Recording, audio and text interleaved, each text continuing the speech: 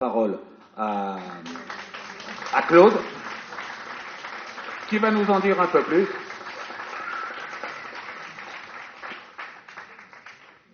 Ben, passer après Jean, on se sent tout nu, on se sent dépouillé. Qu'est-ce qu'on peut faire? Allez, on va reprendre le plan.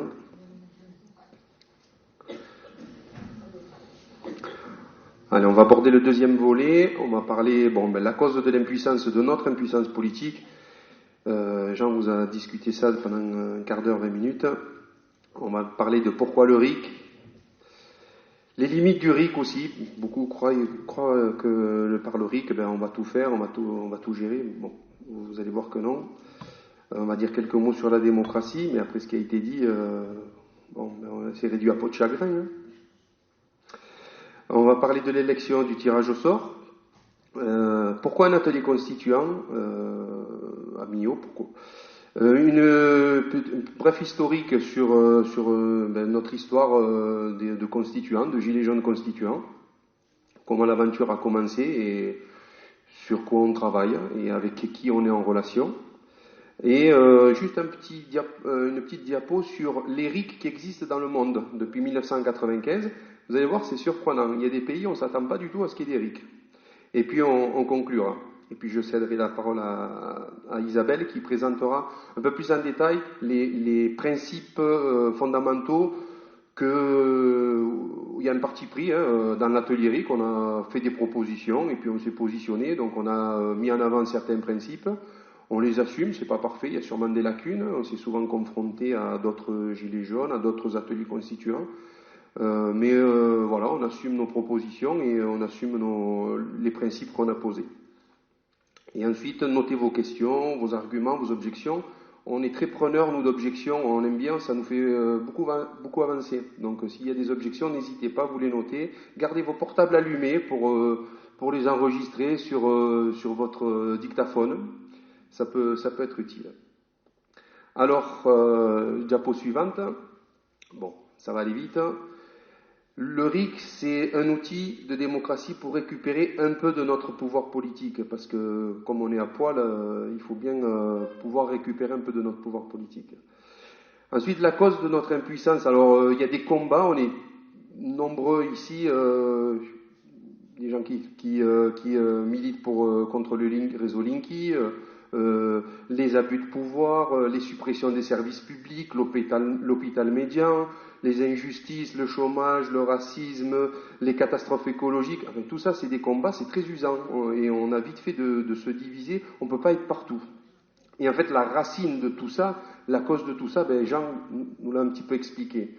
C'est écrit dans la Constitution, on est dépouillé, on est à poil, on n'a aucun pouvoir. Donc on peut passer des années, des décennies, des générations à nous battre pour des causes qui sont justifiées, qui sont honorables. Mais qu'est-ce que c'est usant? Qu'est-ce que c'est usant? Donc la cause de tout ça, vous avez compris, c'est la Constitution. Et dans la Constitution, article 27, les élus n'ont pas de compte à nous rendre. Les élus ne sont pas révocables à tout moment. On ne peut pas choisir librement nos candidats. Il y a des modalités. Il faut appartenir à une famille politique, il y a tout un processus, il y a du mécénat, ça devient privé. Les élus ont plus de comptes à rendre à ceux qui ont payé les campagnes qu'à ceux qui les ont élus. On permet aux plus riches d'aider leurs candidats. Les pouvoirs ne sont ni séparés ni indépendants. On nomme le copain, les préfets, tous les intermédiaires de la République. Ils sont nommés, c'est des copains à un copain.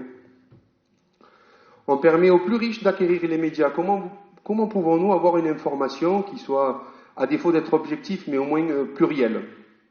C'est pas possible.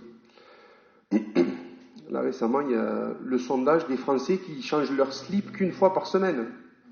Quelle info? BFM TV, RMC, ça c'est de l'info. Dans la Constitution, le RIC n'est pas prévu. Donc l'outil démocratique d'initiative, de délibération, de prise de décision, ça n'existe pas. La monnaie n'est pas publique. On parle de souveraineté, comment on peut être souverain quand on n'a pas notre monnaie? On paye nos impôts tous là. On paye nos impôts, nos taxes, notre électricité avec des euros. Mais c'est de l'argent qui n'est pas public, c'est privé. Donc ça, dans la Constitution, ça ne paraît pas non plus. Et je répète, le peuple est absent et n'a aucun pouvoir. Diapo suivante. Donc le RIC, pourquoi? Pour avoir du pouvoir politique. Alors, pour avoir du pouvoir politique en toute matière, pour pouvoir initier, pour pouvoir être à l'initiative d'une demande, d'un projet, on peut être pour ou contre quelque chose, mais avoir du pouvoir d'initier, individuellement, et en soumettant notre initiative au groupe, à la communauté à laquelle on appartient. C'est un outil pour délibérer aussi. On verra que Isabelle nous parlera de cette phase d'information où on attache beaucoup d'importance. Et c'est un outil de décision. On va voter, mais on ne va pas voter pour élire un maître qui va prendre des décisions à notre place. Non, on dit oui ou non à une question précise. C'est ça le RIC. Ensuite, le RIC législatif ou révocatoire, ça n'a pas de sens si le RIC n'est pas constitutionnel. Le premier des pouvoirs, on va répéter les choses les plus importantes, c'est le RIC constitutionnel. Sans lui, on ne peut rien faire. D'ailleurs, on ne peut pas avoir un RIC aujourd'hui. Il n'y a rien qui est prévu pour ça dans la Constitution. Et on pourrait être des milliers dans la rue à réclamer le RIC, ce qui a été le cas depuis 1 an. Il n'y a rien qui est écrit nulle part qui dit parce que vous allez être 1000 dans la rue, ou 10 000, ou 100 000, ou 1 million, eh bien, ça va faire infléchir les décisions des élus. Non, il n'y a rien qui permet ça. Donc le RIC constitutionnel, c'est le pilier du RIC. Si on doit militer pour un seul RIC, c'est celui-là. On s'en fout d'avoir la loi même si c'est important, les handicapés, les minorités, oui, mais ça sert à rien. Ça peut être défait comme rien du tout. Les élus vont tout défaire. Si on n'a qu'un RIC législatif, ça sert à rien de proposer ou supprimer une loi. Eux, ils peuvent tout défaire. Par contre, si on a le RIC constitutionnel, là c'est différent. C'est le pilier, c'est le niveau le plus élevé de décision, de législation. Ça permet d'assurer que les décisions qui sont prises par le processus du RIC soient supérieures à celles des représentants des élus. Donc le dernier mot, il appartient toujours à celui qui dispose du pouvoir constitutionnel. Bien sûr, le corollaire de ça, c'est d'avoir du pouvoir législatif pour proposer une loi, supprimer une loi, et le révocatoire. Alors le révocatoire, c'est pas seulement foutre quelqu'un à la porte parce qu'il s'est mal conduit. On n'est pas la justice. Mais c'est le jeu démocratique d'élire un représentant et de pouvoir, lorsqu'il se conduit pas correctement ou pas selon la volonté de ceux qui l'ont élu, de pouvoir avoir la main, non pas sur le fait de le dégager, mais sur les dates des élections des prochains représentants. Ceux qui sont révoqués, on a la main. On a la main sur les prochaines élections. De même pour la dissolution, que ce soit de la présidence, des assemblées ou de différentes chambres dans toutes les institutions. Un troisième volet, pour avoir du pouvoir politique, c'est les échelles territoriales. Alors, le municipalisme, les décisions locales, participer, oui, mais participer, c'est pas décider.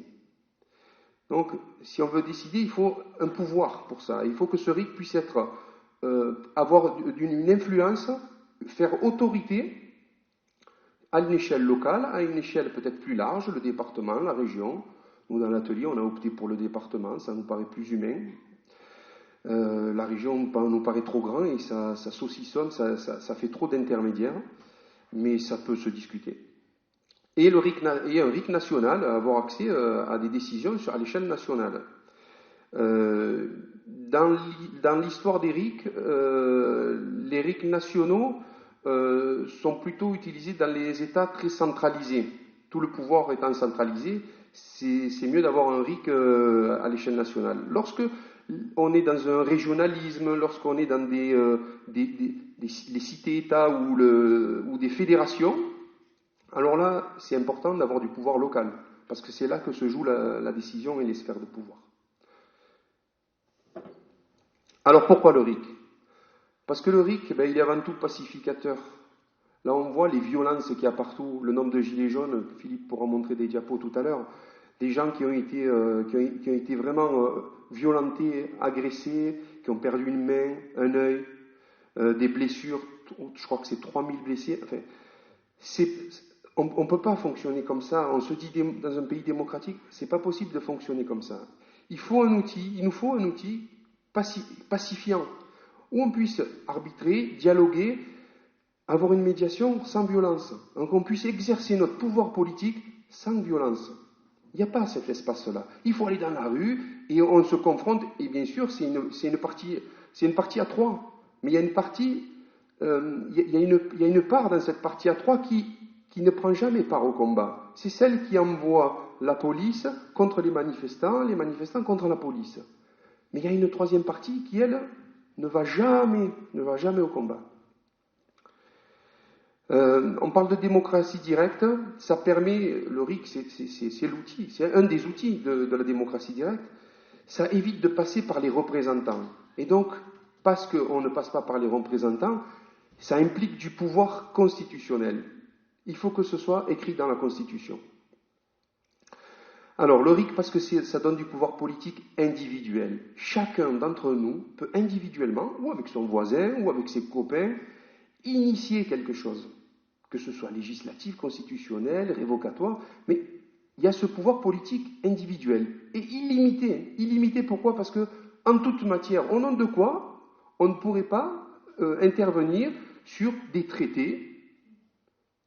Pourquoi on ne pourrait pas intervenir sur tout type de décision ? Certains diront, oui, mais tu veux rétablir la peine de mort. Non, moi je ne dis pas qu'il faut rétablir la peine de mort. Mais pourquoi ce sujet-là ne pourrait pas être posé au même titre que notre ? Pourquoi on ne pourrait pas poser des sujets en matière fiscale, en matière économique, en matière écologique ? L'écologie, la terre est menacée. Et pourquoi on n'a pas la décision ? Les décisions que collectivement on pourrait prendre au nom de l'écologie seraient certainement plus intéressantes que celles qui sont actuellement prises. On peut penser à Monsanto, Bayer et compagnie. On veut aussi, à travers le RIC, avoir un pouvoir politique individuel illimité, ça veut dire en toute matière, et contraignant. Ça veut dire que la votation qui découle du RIC, c'est contraignant, c'est décisionnaire, ça s'applique, ça doit s'appliquer, et ça doit être inscrit dans la Constitution. Et ça implique tout le corps électoral. Donc l'initiative, elle est individuelle, chacun d'entre nous peut participer, mais la décision, elle va être collective. Je ne décide pas moi tout seul. J'ai une idée, j'ai un projet, j'ai des arguments, on peut les faire entendre dans une phase d'information, je les déploie, je les présente, et c'est tout le monde qui participe collectivement à la décision. Ceux qui ne se sentent pas intéressés, ils peuvent ne pas participer, c'est leur droit. Mais par contre, ceux qui vont voter oui ou non, c'est leur décision, et elle est appliquée, elle doit être appliquée. Ce qui est intéressant avec le RIC, c'est que c'est une mobilisation minimale pour un impact maximum. Ça veut dire qu'on a tous un métier, des parents à s'occuper, des enfants à s'occuper, une maison. On a beaucoup d'occupations. Il n'y a plus de service public, donc maintenant quand vous voulez faire un dossier, il faut tout faire par Internet. Vous passez 2 heures au téléphone parce que SFR ou Bouygues ou Orange n'arrivent pas à résoudre votre problème, vous n'êtes pas connecté. Bon, tout ça, ça prend un temps fou. Le RIC, ben voilà, c'est un outil qui permet peu de mobilisation, mais avec un impact maximum, c'est-à-dire c'est décisionnaire. On n'est pas appelés tous à faire de la politique et à en faire notre métier. Mais en tant que citoyen, on doit pouvoir avoir l'accès, la main sur les éléments constitutionnels. C'est notre contrat social entre l'État et nous. C'est un contrat social. Et qui a lu la Constitution ici ? On n'est pas nombreux. Quelques articles, voilà. Un petit peu. Non mais... Bon, c'est son livre de chevet. Voilà, et il n'y a pas de restriction dans la participation. Voilà, il n'y a pas de limite. Chacun est libre d'y participer ou pas, d'initier ou pas, de délibérer ou pas, et de voter ou pas. C'est son affaire à chacun. Le RIC, parce que la fiabilité du résultat est efficace. C'est binaire. C'est oui ou c'est non. Il n'y a pas des biais à travers une troisième possibilité de réponse. Et voilà, on a travaillé sur la non-ambiguïté de la question qui est posée. Il faut que ça soit clair, net et précis et que la réponse soit binaire. Le principe de binarité. On pourra en revenir si vous avez des questions. Alors, un autre sujet, c'est au nom de quoi l'incarnation de la volonté du peuple se ferait par un représentant? Est-ce que ça a vraiment du sens? Est-ce qu'un élu, un gilet jaune ou une organisation quelle qu'elle soit, aussi légitime qu'elle soit, est-ce que ça incarne la volonté du peuple? Au nom de quoi j'incarnerais, moi, par exemple, une assemblée? Au nom de quoi un tel incarnerait la volonté de tel groupe? Ça n'a pas de sens. Alors, le RIC, parce que ça suffit pas que d'élire un représentant. Ça suffit pas que de se porter candidat. On peut dire, bon, j'ai envie de changer les choses, allez, je me lance en politique, j'adhère à un parti, j'adhère à une association, à un syndicat, je boycotte, je fais grève, je vais manifester. Tout ça, ce n'est pas l'exercice de la démocratie. L'exercice de la démocratie, c'est initier, délibérer, décider à travers un acte de vote. Le RIC, c'est parce que ça réduit le pouvoir des représentants avec lesquels il est en compétition. C'est un petit contre-pouvoir, ce n'est qu'un petit contre-pouvoir, hein, ça ne fait pas tout. Hein. Ça garantit la protection des minorités. On passe aux handicapés. Voilà. Qui s'intéresse à eux? Alors oui, dans les discours, oui. Est-ce qu'ils ont le droit à la parole? Est-ce qu'ils ont accès à la parole? Est-ce qu'on les entend? Non. Avec le RIC, ils peuvent initier. Et leurs décisions, on va dire, oui, mais le 3/4 de la population n'est pas concernée, ils ne vont pas aller voter. Mais on s'en fout, ça les concerne à eux. Et eux, ils vont initier quelque chose, et ils vont avoir une décision qui les concerne. Et ils iront, eux, voter, oui ou non. Après, s'il y a des gens qui ne sont pas handicapés et qui veulent participer, aussi, ils vont décider. Mais on leur donne accès. Les minorités n'ont pas accès à une initiative. Ils n'ont accès à rien. Alors, par contre, ils sont beaucoup utilisés. On utilise tout le temps les minorités. Ils sont manipulés. Le RIC, parce que ça permet l'expression de la diversité de la société, c'est ce que je viens de dire. Ça divise les pouvoirs, ça met en compétition les représentants et les représentés. Ça réduit et ça contrôle le pouvoir des gouvernants. Ils font ce qu'ils veulent aujourd'hui. 49.3 demain, tout est permis pour eux. Le RIC, parce que ça renforce le contrôle d'une nation, d'un peuple sur son avenir. Voilà, ça permet d'avoir la main.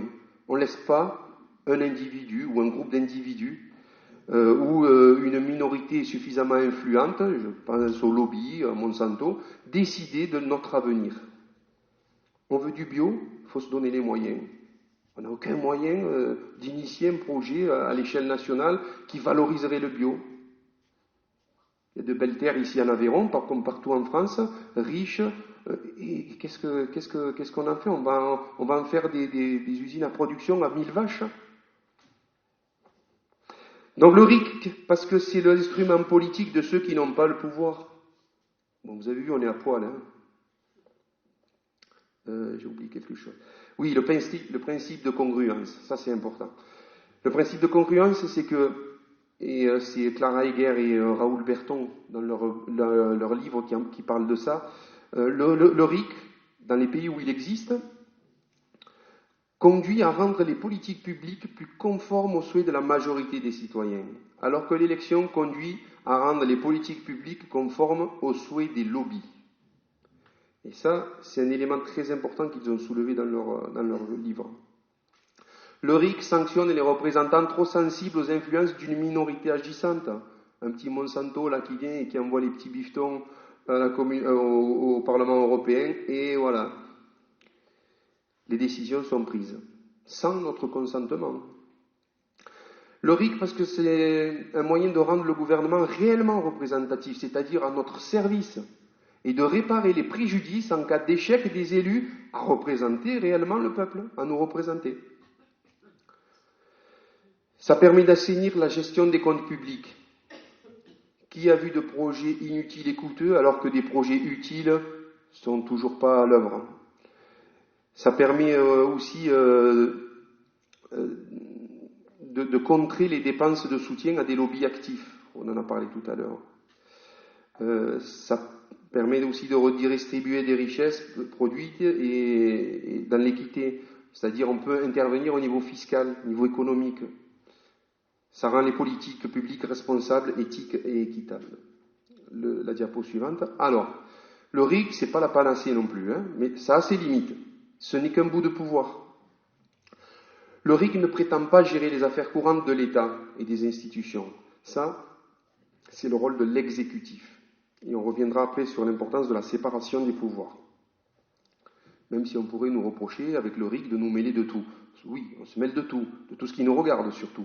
Mais sans s'occuper des affaires courantes. C'est un outil de contrôle. Donc le RIC, ça ne gère pas l'exécutif, ça n'a pas d'incidence sur l'exécutif. Mais si on a le patron de l'exécutif qu'on estime qui ne fait pas bien son boulot, on peut le dégager. C'est de notre pouvoir. Le RIC ne prétend pas tout légiférer, c'est le rôle du législatif. Alors, ça ne va pas plaire à certains qui m'ont fait des remarques. Qui fait les lois? Ce passage-là, c'est pour montrer qu'on est exclu. Qui fait les lois? Les élus. Alors, les élus. Ne voyez pas de haine quand je dis un élu. Un élu, c'est quelqu'un qui a cru avoir des ailes. Et oui, et puis il est monté au ciel, et comme Icare, il s'est brûlé les ailes. C'est pour ça que j'ai mis la photo d'Icare. Et oui. Bon, ça vole bas, mais au moins je ne risque pas de me brûler les ailes. Qui interprète les lois? Les élus zéleux, les hauts fonctionnaires, les magistrats, et les tirés au sort. Ah, t'as vu, là aussi on y est. Les tirés au sort au jury d'assises. Voilà. Suffrage universel président, suffrage universel les députés, et les tirés au sort des jurys d'assises. Voilà où nous sommes. C'est tout. Après, on n'est pas concerné. C'est pas de nous dont il est question. Qui fait les lois, c'est pas nous. Qui les interprète, c'est pas nous. Autre élément, le RIC, en permettant d'avoir du pouvoir de révocation, ce qui est le jeu de la démocratie. C'est pas un jugement de justice. C'est juste non. On a élu quelqu'un pour un mandat, on attend quelque chose de lui ou d'elle. Si ça ne répond pas, on doit pouvoir avoir la possibilité de le révoquer. C'est le jeu démocratique. Après, le RIC ne prétend pas se substituer à la justice. C'est le rôle du judiciaire. Le RIC ne prétend pas réécrire toute la Constitution. Ça, c'est le rôle du constitutionnel. Mais, toute modification constitutionnelle devrait pouvoir déclencher systématiquement un référendum, puisqu'il s'agit du texte qui scelle le contrat social entre le citoyen et le peuple, et l'État. Donc, systématiquement, quand on touche à notre contrat social, la moindre des choses, c'est de pouvoir nous demander si on est d'accord. Jean, bon, on a essayé d'aller vite, je prends un peu plus de paroles, mais je vais compléter. Bon, non, mais il y a eu, dans la dernière constitution de 1958, il y a eu de nombreux amendements. À quel moment on a été consulté? Voilà. Et quand on dit l'article, je ne sais plus, qu'on parle du référendum, 11. Alors voilà, on est gouverné par les représentants et par le référendum. Sauf que 2005, il y a eu un référendum, vous savez ce qu'il en a été. 15 ans après, il y a les Gilets jaunes. Bon, il va y avoir 49.3 avec les retraites. Dans 10 ans, dans 15 ans, il y aura autre chose. C'est peut-être nos enfants et les petits-enfants de certains. Voilà, on verra ce qui se passera. Donc, j'espère que vous avez compris, le RIC ne prétend pas tout régler et avoir la main sur tout. C'est un petit bout de pouvoir, mais rendez-nous un peu de pouvoir. On n'en a pas, on est à poil. Le désert démocratique. Voilà, le démos, le kratos. Alors oui, le démos, le peuple, le kratos, le pouvoir. Mais le pouvoir dans quel sens? C'est quoi le pouvoir? Si on gouverne, si on n'a pas un petit bout de décision, c'est quoi le pouvoir?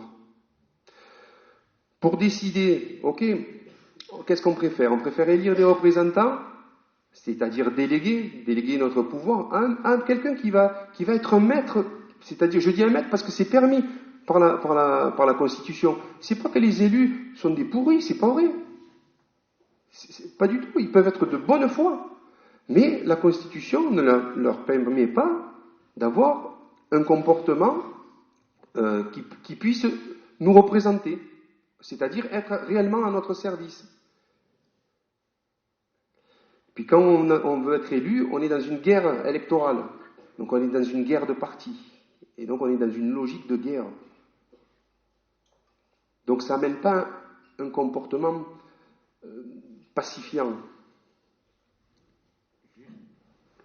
Juste pour compléter, pour faire une petite pointe d'humour, c'est-à-dire que le représentant, aujourd'hui, le représentant ne doit pas représenter les représentés. C'est le comble du cynisme de la Constitution de 1958. Voilà. Tu peux reprendre la parole.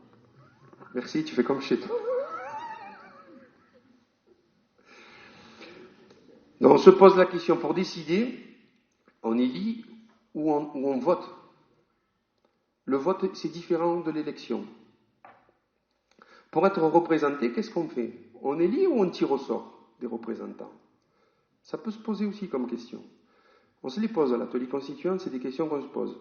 L'élection conduit à un élitisme, pour des tas de raisons. On pourrait développer, je peux tirer ces éléments de Bernard Manin, Chouard, Clara et Raoul en parlent aussi dans leur ouvrage.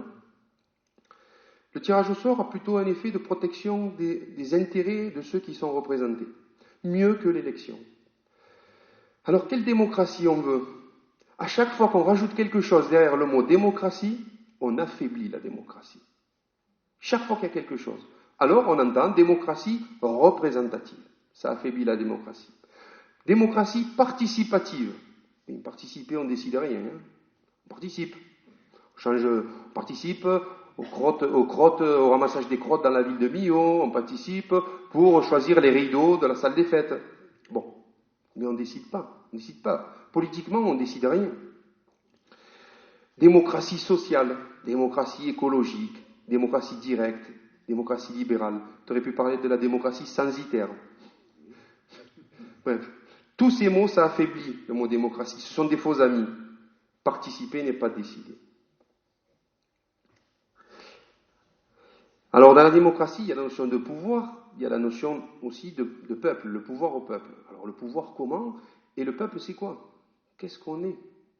Des citoyens en troupeau, électeurs, infantilisés, et là, il y a le principe d'hétéronomie. Hétéronomie, ça veut dire qu'on dépend des autres. On n'est pas autonome. Ou est-ce qu'on est des adultes à l'initiative, on peut délibérer et on peut décider? Et là, on est davantage dans un principe d'autonomie. Ces deux principes sont importants. Voilà. Est-ce qu'on est un électeur où on se soumet et on laisse les autres décider, ou on vote, on est responsable? On prend l'initiative. Ça demande de la responsabilité de chacun. Voilà, la notion de délégué, on en a parlé, je passe. Alors, Gracchus Babeuf, 1789, je fais le lien avec la première constitution, si le peuple est souverain, il doit exercer lui-même tout le plus qu'il peut de souveraineté.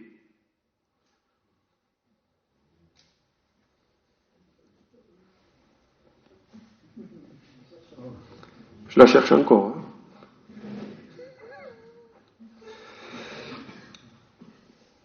Et oui, puis j'ai mis une petite photo en bas, c'est quoi une démocratie? Vous voyez la France, entre la Norvège et la Corée du Nord. Bon, aujourd'hui, on est à l'ère du libéralisme, ou de l'ultralibéralisme, bref, peu importe. Le libéralisme s'est toujours opposé farouchement à la démocratie. Je ne veux rien rajouter à côté parce que ça affaiblirait le mot démocratie, mais j'ai mis direct, sous-entendu direct. Alors, quels citoyens nous sommes? Pour quel pouvoir politique?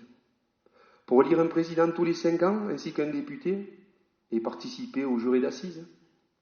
Bon, ben c'est tout. Les référendums n'existent qu'à l'initiative des représentants et ne sont non contraignants. C'est juste consultatif. Donc imaginez quand on va manifester dans la rue pour réclamer quelque chose, quel pouvoir on a? Alors oui, on peut faire...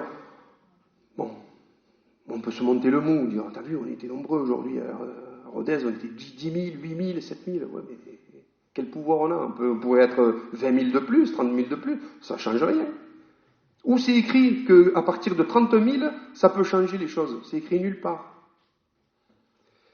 Alors, allez, on y va. On est en démocratie ou en dictature molle? Certains m'ont hérissé les cheveux. Attends, il est fou, il nous parle de dictature. Non, non, non. Le mot molle affaiblit le mot dictature, puisque ça vient après, ça l'affaiblit. Ouais, mais dictature quand même. Quelque part dictature. Alors pas dictature comme on a pu le voir dans d'autres pays, on n'est pas sous Pinochet non plus, hein, c'est sûr. Mais quand même. Ferme ta gueule, ça c'est la dictature. Cause toujours. C'est la démocratie. Donc en France, le RIC a été rendu impossible. Bon, pour le moment. On espère. Je passe sur ce passage. Allez. Alors là, une démocratie avec quelle constitution? Pour faire société, quoi avoir dans notre contrat social? Un contrat social qui garantit quoi? Et pour quelles institutions? Et quelle modalité de gouvernance avec quel pouvoir? Donc tout ça, c'est des questions qu'on a à se poser, qu'on se pose dans l'atelier constituant, et n'attendez pas qu'on vous donne des réponses. On n'a pas la réponse à tout. C'est juste des réflexions. Et vous êtes les bienvenus, et on vous invite à participer aux ateliers et à vous rapprocher des collègues Gilets jaunes pour débattre, discuter et soumettre vos idées. Et vos objections aussi. C'est ce qui nous fait le plus avancer. Donc il y a un cahier près de l'entrée et n'hésitez pas à laisser vos coordonnées, email, numéro de téléphone. Il y a un principe important dans la démocratie, c'est le principe de séparation des pouvoirs. Donc les 4 piliers fondamentaux, l'exécutif, le législatif, le constitutionnel, le judiciaire. Et on rajoute le médiatique et le contrôle. Et le contrôle de la démocratie, c'est à nous, citoyens. C'est nous qui devons exercer ce contrôle. Le RIC est un des outils. C'est peut-être pas le meilleur, mais c'est un des outils. Alors, aujourd'hui, qu'est-ce qu'on a comme processus démocratique?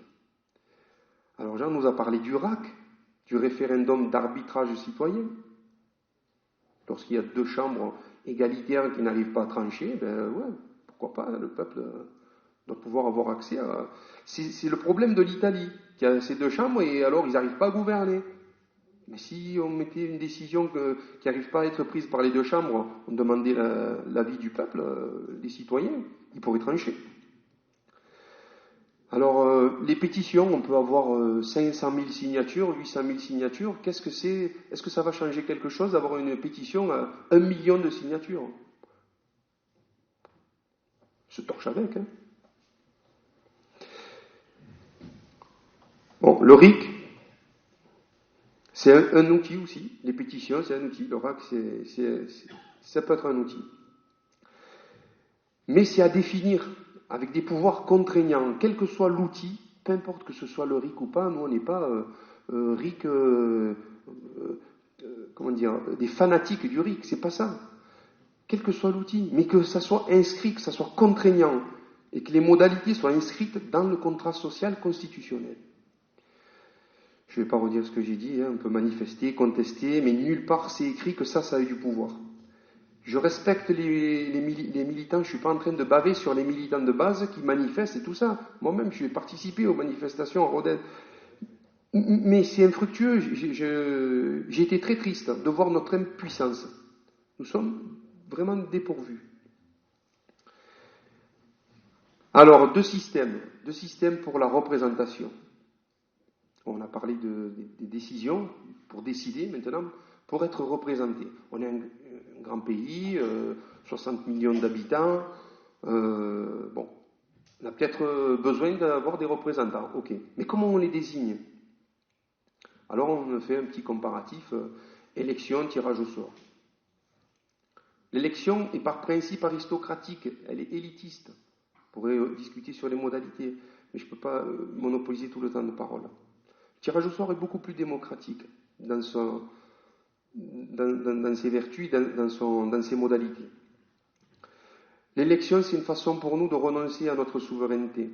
Ça nous infantilise, ça nous déresponsabilise, et quelque part, ça nous dissuade, ça ne nous oblige pas à bien faire les choses. On délègue. Celui qui est élu, il se démerde. Il y a ça un peu derrière, comme il dit. Ça donne le pouvoir à ceux qui le veulent. Aïe, aïe, aïe. Pour pouvoir être élu, on est prêt à mentir, on est prêt à dire des balivernes, ça engage, voilà, nous on peut les croire. Je dis pas que tout le monde est menteur, c'est pas ça, mais quand même, par principe, ça pousse au mensonge. Allez, on se laisse aller, je veux des voix, il me faut des voix. Bon. Ça produit une caste de maîtres qui sont pas contrôlés. Ça produit des égos. Je crois que parce qu'on est élu, on est un zéleux, on est un zélu. Ça impose des partis. Les élections imposent des partis. Et ça, c'est la guerre. Ça divise aussi. Alors, si lui, il est de droite, l'autre, elle est de gauche, l'autre, elle est au centre. Ça y est. On nous a mis collé une étiquette, on est divisé. Bon. À l'atelier constituant, peu importe. On s'en fout. On s'en fout qu'on soit de gauche, de droite, du centre. C'est pas important. Personne vient avec une étiquette militante pour dire moi je suis ceci ou cela. Non, on se met au boulot, on réfléchit aux moyens de récupérer du pouvoir politique. Le tirage au sort, c'est un peu tout l'opposé. Ça ne veut pas dire que c'est le meilleur des processus, il y a sûrement d'autres processus, mais ça nous paraît plus démocratique. Ça permet d'assumer et d'exercer sa souveraineté. Ça responsabilise. Ça incite à bien faire. On est responsable de la décision qu'on va prendre. On est porteur de cette décision. Ça favorise l'honnêteté. On n'a pas à mentir à quoi que ce soit pour convaincre qui que ce soit. On a un pouvoir de décision. Et on va l'exercer. Donc on n'a pas à convaincre, on n'a pas à raconter des salades. Parce qu'on peut exercer notre pouvoir politique. Donc ça favorise l'honnêteté. Et ça produit des égos, mais pas des égos moi-je. Non. On est tous à égalité. On a tous le même pouvoir.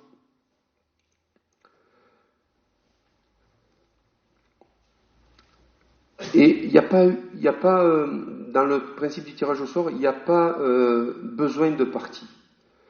Ça apaise les passions collectives. Il n'y a pas de violence.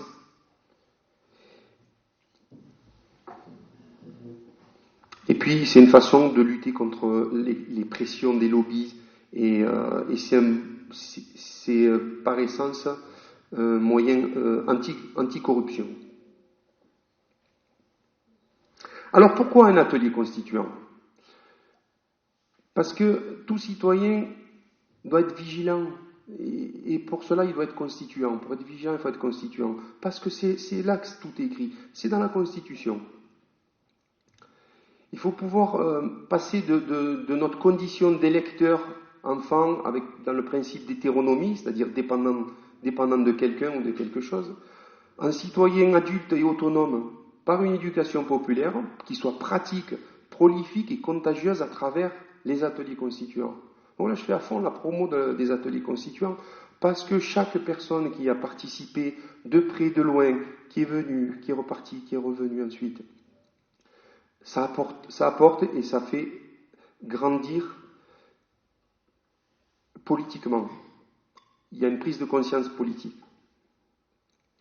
Ça permet de détricoter les projets antidémocratiques des pères fondateurs du gouvernement représentatif. On pourrait citer Sieyès et bien d'autres.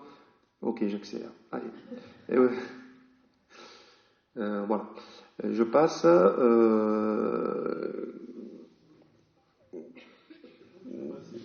Allez, je passe. Non, mais... Non, c'est trop long. Allez, on y arrive sur la fin. Il doit rester 3-4 diapos. Allez, notre histoire un peu de l'atelier constituant, on va parler un peu de nous. 17 novembre 2018, les contestations sociales, les ronds-points occupés par les gilets jaunes. Bon. Première prise de conscience de la plupart d'entre nous. Décembre 2018, des contestations et des revendications. Des revendications qu'on a vu fleurir dans les AG des Gilets jaunes, des revendications sociales, économiques, environnementales, écologiques, institutionnelles, constitutionnelles, démocratiques, monétaires, etc. Des AG qui se déroulent tous les dimanches soirs à l'époque, au mois de décembre, en 2018, puis après, ça a été les lundis soirs, et face à un constat d'impuissance, parce qu'on avait beau se retrouver plusieurs sur les ronds-points, et partout en France, totale impuissance. Qui va entendre les revendications sociales, économiques, environnementales, écologiques, etc. Quelle réponse il y a eu? Un faux débat, je ne sais plus comment ça a été appelé, le grand débat, le faux grand débat, voilà, qui a débouché sur quoi? La réforme des retraites et probablement vers un 49-3. Donc c'était un constat d'impuissance politique. Et nous nous sommes rencontrés avec Jean lors de ces AG. Et on a fait le même constat d'impuissance. Et c'est là que je crois qu'on avait croisé aussi Gisèle. Et c'est là qu'est venue l'idée, parce qu'on a échangé. Et puis on s'est dit, ah mais tu connais Choix, tu as vu les travaux de Bernard Manin, etc. En fait, on est impuissant, mais en fait, notre impuissance, elle est inscrite, elle est écrite dans la Constitution. Donc on avait déjà cette idée-là. Et on a décidé, lors d'une AG, de se mettre devant la porte, je ne sais plus si c'est toi ou moi, peu importe. Et on s'est mis devant la porte et on a dit, ceux qui sont intéressés pour un atelier constituant, rendez-vous le 10 janvier au Cabanon, là-haut à Saint-Germain. Et c'est là qu'a eu lieu le premier atelier constituant, puis par la suite à la rue de la Capelle, et puis ensuite ailleurs. Et c'est comme ça que ça a démarré. Premier atelier, Yves aussi était présent. Premier atelier, article 3, article 11, voilà, déjà c'était identifié. Et on a commencé à travailler là-dessus. Puis, 4 mois sont passés, et au bout de 4 mois de travail hebdomadaire, 2 heures par semaine, pour aboutir à un premier texte de proposition décrivant les modalités du RIC que l'on proposait, avec les piliers principaux, déclenchement, information, votation, effet de la votation, mais ça Isabelle va en dire davantage. Puis on a confronté tout ce travail avec le public. Il y a eu des réunions avec d'autres gilets jaunes, mais aussi avec des citoyens lambda, avec les copains de Saint-Afrique, de Rodez, du département. Il y a eu plusieurs réunions. Puis on est allé se confronter aux universitaires Clara et Raoul, à la grange de Rodez. Et pendant toutes ces confrontations, notre projet était bancal, il y avait des lacunes. Mais on a relevé nos contradictions, les arguments des uns, les lacunes, les objections, et on a révisé nos propositions, et en mai-juin 2019, on avait déjà une trame principale qui était déjà établie. Donc on avait une base de travail et des propositions, des modalités de RIC qui tenaient la route. Puis, depuis octobre 2019, nous y travaillons encore, et nous travaillons à l'élaboration d'un document un peu plus technique qui vise à servir de base pour un futur projet de loi visant à instaurer le RIC. Mais comme vous l'avez compris, la Constitution ne le permet pas. Alors, à notre actif, il y a eu la venue d'Étienne Chouard le 5 novembre, qui a fait une conférence avec qui nous avons pu longuement échanger. Et on participe également à une coordination nationale de co-construction des modalités du RIC. Ça s'appelle Objectif RIC. Je passe à la diapo suivante. Qui permet Voilà, c'est un travail à l'échelle nationale. Ça permet de co-construire à l'échelle nationale tout citoyen, atelier constituant, individuellement ou des groupes organisés, peuvent participer à cette co-construction et ils proposent des assemblées citoyennes où les citoyens sont invités à venir participer sur une journée à un sujet, à une question, à une des modalités du RIC, sachant qu'il y a plusieurs étapes, vous verrez dans ce que présentera Isabelle. Donc voilà, eux, ils le décortiquent comme ça, une phase d'audition, une phase de co-construction et une phase de votation, parce que chaque citoyen ayant participé ou pas à la co-construction des modalités du RIC, comment on le déclenche, comment on vote, quels effets il y aura, toute cette partie-là, chaque citoyen pourra aller voter, dire « Ah, ça c'est intéressant, ça non, je vote pas, ça je vote pas ». Voilà ce qu'il propose de faire. Je reviens en arrière. Et donc, à l'issue de ce processus à l'échelle nationale de co-construction, de co-écriture du RIC, eh bien, il y a notre participation à la coordination nationale, opération article 3, j'en dis pas plus, mais voilà, ça veut maintenant, lorsque le RIC sera écrit et voté, il ne suffit pas de l'écrire, il faut le soumettre à la population, aux citoyens, il sera porté à travers l'opération article 3. Et pour le moment, si on veut le faire pacifiquement, on ne peut pas se passer des élus. Voilà. Ensuite, quand on en sera là, à eux de voir s'ils jouent le jeu ou pas, s'ils sont à l'écoute véritablement des citoyens ou pas. Allez, on termine avec les RIC dans le monde depuis 1995. Alors, je ne sais pas si vous voyez tout en haut, c'est le nombre de RIC depuis 1995 déclenchés par la Suisse. Plus de 80. Allez, je vais commenter. Plus de 80 référendums déclenchés. L'Italie, en deuxième position, près de 40 référendums déclenchés. Alors là, après, il y a beaucoup de petits pays. Ben oui, quand on est dans une petite configuration, c'est plus facile la démocratie directe, c'est sûr. Donc on a Palaos, je ne connaissais pas, Micronésie, Liechtenstein, Saint-Martin, etc. Et on voit que d'autres pays n'ont pas déclenché de RIC depuis 1995, mais on a l'Albanie, la Géorgie, la Russie, la Serbie. Donc il y a un dispositif qui est prévu dans leur constitution. Pas nous. Ne cherchez pas dans la colonne de gauche, nous n'apparaissons pas. La France n'y est pas. Alors, pour conclure, pour terminer, on a une petite blagounette là dans l'atelier. À défaut d'avoir un RIC, on est des pics. On est des pics parce que des puceaux. Le P du puceau. Pourquoi ? Parce que on croit qu'on est dans la démocratie, mais nous ne la connaissons pas, la démocratie. Avec un vote pour les présidentielles une fois tous les 5 ans, pour le député une fois tous les 5 ans, et la participation, si on est tiré au sort au jury d'assises, c'est tout. C'est ça la démocratie. Il y a des gens, il paraît, ils sont morts pour ça. Et ils viennent me culpabiliser quand j'hésite à aller voter. Impuissant, pourquoi ? On n'a pas de pouvoir. C'est quoi votre pouvoir politique ?